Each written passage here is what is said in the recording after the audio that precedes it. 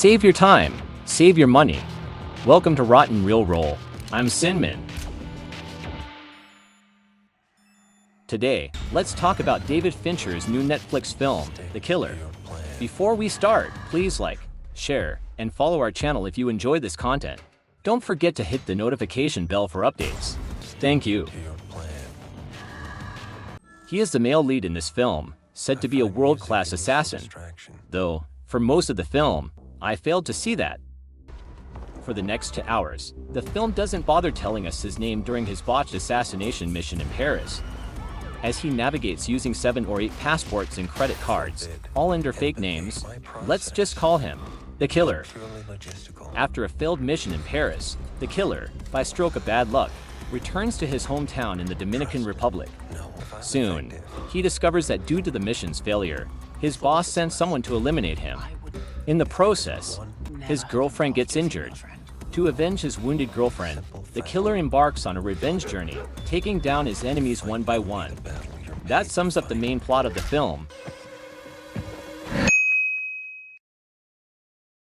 In my view, there are 2 types of bad movies in this world. The first kind is ahead of its time, receiving harsh criticism upon release, but over time, people gradually recognize its excellence. The Killer falls into the second category. Its badness is eternal and won't change with time. If time has any influence on its rating, it will only drive the score lower, eventually settling at a fair rating. 4 out of 10. Yes, you read it right. Despite this film boasting a 7.2 on IMDb with heaps of positive reviews, my conclusion is, 4 out of 10. It still manages to maintain a score above 7, and the only reason is probably the Emperor's New Clothes effect. Looking at these reviews, you'll notice an interesting phenomenon. Many people discuss the so-called visual style, aesthetic perfection, and the minimalistic plot. However, no one dares to openly admit that it's an irredeemable flop. The only reason for this situation is likely the director's name attached to the film, David Fincher. When you finish the movie, shocked by its awfulness, the first thought for many is it a David Fincher piece? Impossible, absolutely impossible. It must be me not understanding it. If I express my honest thoughts, I'll be ridiculed. Well, let me think of how to praise it. This mirrors the thoughts of most people in Hans Christian Andersen's fairy tale The Emperor's New Clothes. My genuine feeling is, first, this film fails to show any innovative ideas from any perspective. Whether it's the overpraised assassin's inner monologue or the so-called anti-traditional or stylistic elements. Pushing the plot through the protagonist's inner monologue is an overused trick. As for anti-traditional, you can say Fight Club and natural-born killers fit the bill. But these terms have absolutely nothing to do with this film. Lastly, ask anyone praising the film's stylistic elements, and they won't be able to tell you what aesthetic style the film embodies. The only thing they can confidently say is the word itself. This is why I strongly advise against wasting 2 hours of your time on it unless you're like me, a YouTuber reviewing films. While watching this film, there was a constant voice in my mind. Will there be a twist? Will anything change? This anticipation is like buying a stock for $100 and watching it plummet. You keep hoping for a rebound, a pleasant surprise. Until the end, the stock price hits 0, and it gets delisted. The most fatal part is that people told you this stock was recommended by Warren Buffett. Yes, that's how I felt during the movie.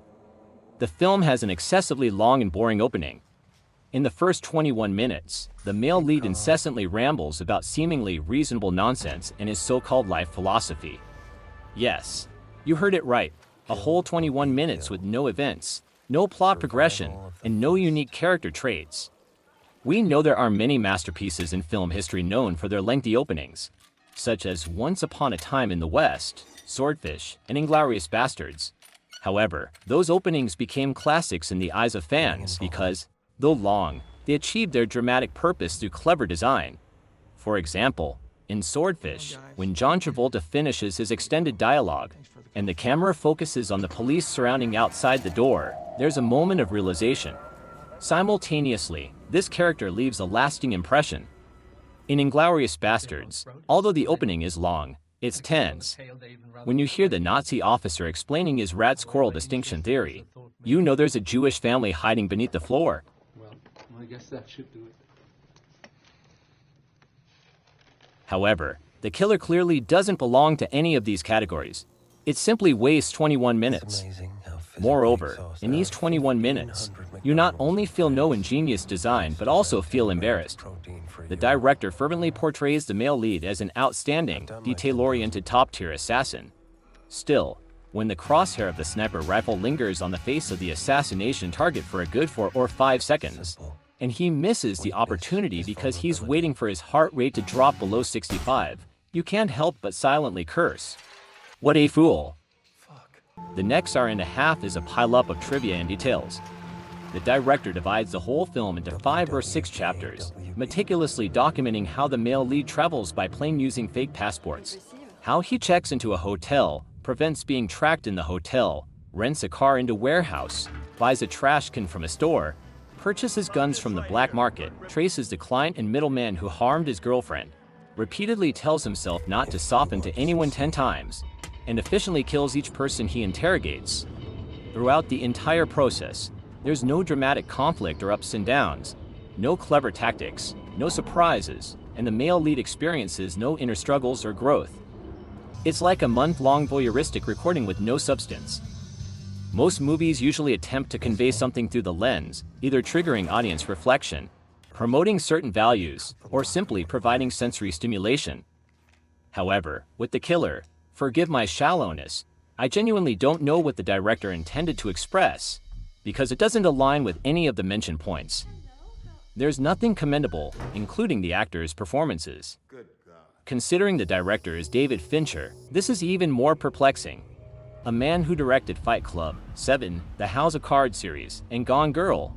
Would he really think this is an interesting story worth wasting a portion of his directing career on? I don't believe so. It seems like David Fincher owed a load of gambling debt, and the creditor happened to be a movie enthusiast.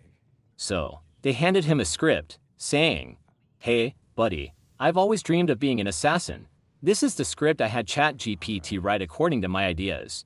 Just shoot it, and we're square on your debt. Oh, and don't make any changes to it."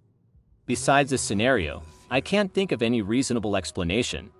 If one day, David Fincher can release an interview explaining why he made this film, the hits will undoubtedly be much higher than the film itself, because it can solve a perplexing mystery that baffles everyone. So, let's quickly wrap up this episode. If it weren't for David Fincher, I wouldn't even waste time discussing this film. Well, that's all for today. If you enjoyed this episode, please feel free to like, subscribe, and share our video. And don't forget to ring the bell for updates, so that YouTube's algorithm can better recommend our channel. See ya!